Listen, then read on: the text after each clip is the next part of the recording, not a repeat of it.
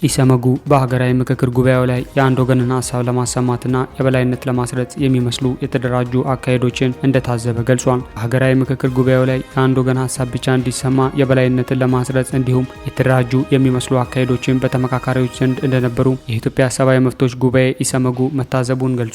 የኢሰመጉ ዋና ዳይሬክተር ተስፋዬ ገመቹ የኢትዮጵያ ሲቪል ማህበራት ድርጅቶችን ወክለው በሀገራዊ የምክክር ሂደቱ ላይ የተገኙ ሲሆን እንደ መጀመሪያ ሂደት በጎ የሚባል ቢሆንም በምክክሩ ሂደት ውስጥ በርካታና የተለያየ ሀሳብ ያላቸው ተሳታፊዎች መኖራቸውን በመጥቀስም በሂደቱም በርካታ ጉዳዮች እንደታዘቡ ከጋዜጠኞች ጋር በነበራቸው ቆይታ ተናግሯል። ተስፋዬ በምክክሩ ወቅት የአንድ ወገን ሀሳብ የማስረጽና የበላይነት የመያዝ ሙከራዎች እንደነበሩ ነው የሚናገሩት። በውይይቱ ወቅትም የተለያዩ ስሜቶች መታየታቸውን የገለጹት ዋና ዳይሬክተሩ በአንዳንድ አካላት በኩል ሀሳቦችን በአንድ መስመር ብቻ እንዲሄዱ የመፈለግ ስሜቶች መኖራቸውን እንደታዘቡ አንስተዋል። በማከልም ገፊ የሆኑ ነገሮች እንዲሁም ሂደቱን የበላይነት ለማስረጽ የሚሞክሩ ሁኔታዎች አሉ ሲሉም ትዝብታቸውን ተናግሯል። ሆኖም ግን ሂደቱ ከተጠበቀው አንጻር ሲታይ የነበረው ፍትጊያ ያነሰ መሆኑን ነው የተደራጁ የሚመስሉ አካሄዶችን መመልከታቸውን ገልጿል። በመቀጠልም በትዝብታቸው 120 አባላት ያሉትን የ15 ተመካካሪዎችን መረጣ እንደሚያካትት ጠቅሰዋል።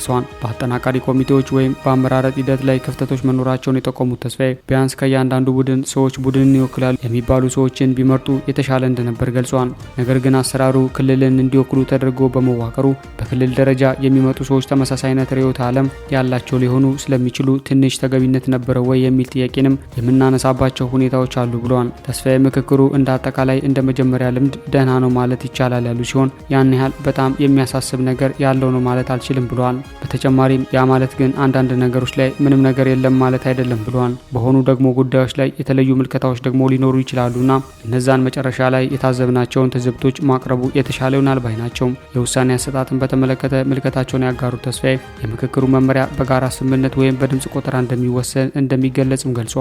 አዲስ ማለዳ አንዳንድ ተመካካሪዎች ለምን ድምጽ ቆጠራ አልተካሄደም በሚል ሲጠይቁ ሰምታለች። ስምምነት ላይ በመግባባት መድረስ ከተቻለ ድምጽ አያስፈልግም ያሉ ሲሆን አወያይ ባለሙያዎች ሁለቱም ወገን ሎቢ በማድረግ ወደ መሀል እያመጡት ስለሆነ የከረሩ ጽንፍ አጀንዳዎች ወደ ድምጽ ሳይሄዱ በመሀል እንዲፈቱ ጥረት እየተደረገ መሆኑን አብራርተዋል። አክለውም በሂደቱ የሚነሱ ሀሳቦች በሙሉ ወዲያውኑ ህግ የሚሆኑ ሳይሆኑ ምክረ ሀሳብ መሆናቸውን በመግለጽ አንዳንዶቹ ወደ ህግ ሊሄዱ የሚችሉ ሊሆኑ ይችላሉ ብለዋል። አንዳንዱ በፖሊሲ የሚሸፈን ሊሆን ይችላል፣ አንዳንዱ ህገ መንግስቱ ውስጥ ተካቶ የሚሄድ ሊሆን ይችላል ብለዋል። በተጨማሪም አንዳንድ ምክረ ሀሳቦች ላይ እስከ ህዝበ ውሳኔ ሊሄድ የሚችል ውሳኔ ሊኖር ስለሚችልም በሂደቱ መፈተሽ የምንችለው እነዚህ መግባባት ላይ ያልተደረሰባቸውና የከረሩ ጉዳዮች በተለይም የአዲስ አበባን የመሳሰሉ እስከ ሪፈረንደም ድረስ ሊደርሱ እንደሚችሉ ወይም በዚህ ጊዜ ውስጥ መፍትሄ የማያገኙ ለሚቀጥለው ጊዜ ተብለው የሚታለፉ ሊሆኑ እንደሚችሉም ጠቁመዋል። ኢሰመጉ በአራት ባለሙያዎች አማካኝነት ሂደቱን በቅርበት እየተከታተለ መሆኑን የገለጹ ተስፋዬ በተዘጋጁ የውይይት መድረኮችና ቀጥተኛ ባልሆኑ መንገዶች ወደ መሀል የሚያመጡ ሀሳቦች ላይ ማተኮር አለብን በማለት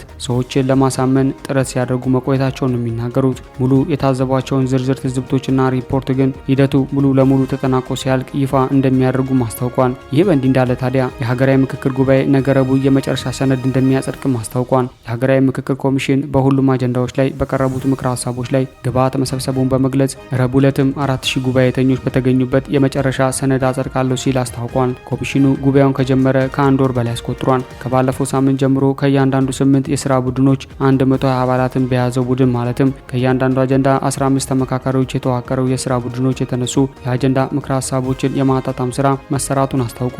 አዲስ ማለዳ በትናንትናው ዕለት 10 ሰዓት ላይ የ120 ቡድን አባላት ለባለ 500 የስራ ቡድኖች ተጣጥሟል የተባለው ምክረ ሀሳብ ሊቀርብላቸው ወደ አዳራሽ ሲገቡ ተመልክታለች። እንደ ኮሚሽኑ ገለጻ ከሆነ ዛሬ ማክሰኞ የተሰበሰበው ግብዓት ተሰናድቶ ረቡዕ ለአጠቃላይ ጉባኤው ቀርቦ የሚጸድቅ ይሆናል። የሀገራዊ ምክክር ኮሚሽን ምክትል ኮሚሽነር ሂሩት ገብረስላሴ በትናንትናው ዕለት በሰጡት ጋዜጣዊ መግለጫ በሂደቱ ወቅት የተነሱ ቅሬታዎችን የማስተናገድና የመመርመር ስራ እየተከናወነ እንደሚገኝ ገልጿል።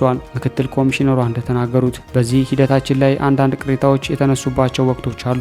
እነሱን ቅሬታዎች እያስተናገድን እንገኛለን። ጉዳዩንም እንመረምራለን፣ ውሳኔም እየሰጠን ነው የቆየ ነው ብለዋል። አክለውም እነዚህ ቅሬታዎች የሚያስተናግድ የተለየ ኮሚቴ አለ ያሉት ምክትል ኮሚሽነሯ ኮሚቴው ቅሬታውን አጥንቶ ለኮሚሽነሮች ካውንስል ያቀርባል ያሉ ሲሆን ውሳኔውን ደግሞ የኮሚሽነሮች ካውንስል ይወስናል ሲሉ አብራርተዋል። 8 ቡድኖች ራሳቸው ያዘጋጇቸው የምክረ ሀሳቦች ላይ ብቻም ሳይሆን በአጠቃላይ 8 ቡድኖች ላይ የተሰሩትንም ስራዎች ይተዋወቃሉ፣ ይረዳሉ። በእነዚያ የምክረ ሀሳቦች ላይም ግብዓት ይሰጣሉ ብለዋል። ኮሚሽነሯ አክለውም ግብዓት ከሰጡ በኋላ ግብዓቱ ይሰበሰብና የመጨረሻ ሰነድ ይዘጋጃል ማለት ነው ብለዋል። በአጠቃላይ በየቡድኑ የቀረቡትን ምክረ ሀሳቦች የማጣጣም ስራ እየተጠናቀቀ መሆኑን የተሰበሰቡት ግብዓቶች ተጠቃለው በቀጣይ ረቡዕ ዕለት እንደሚጸድቁ ገልጸዋል።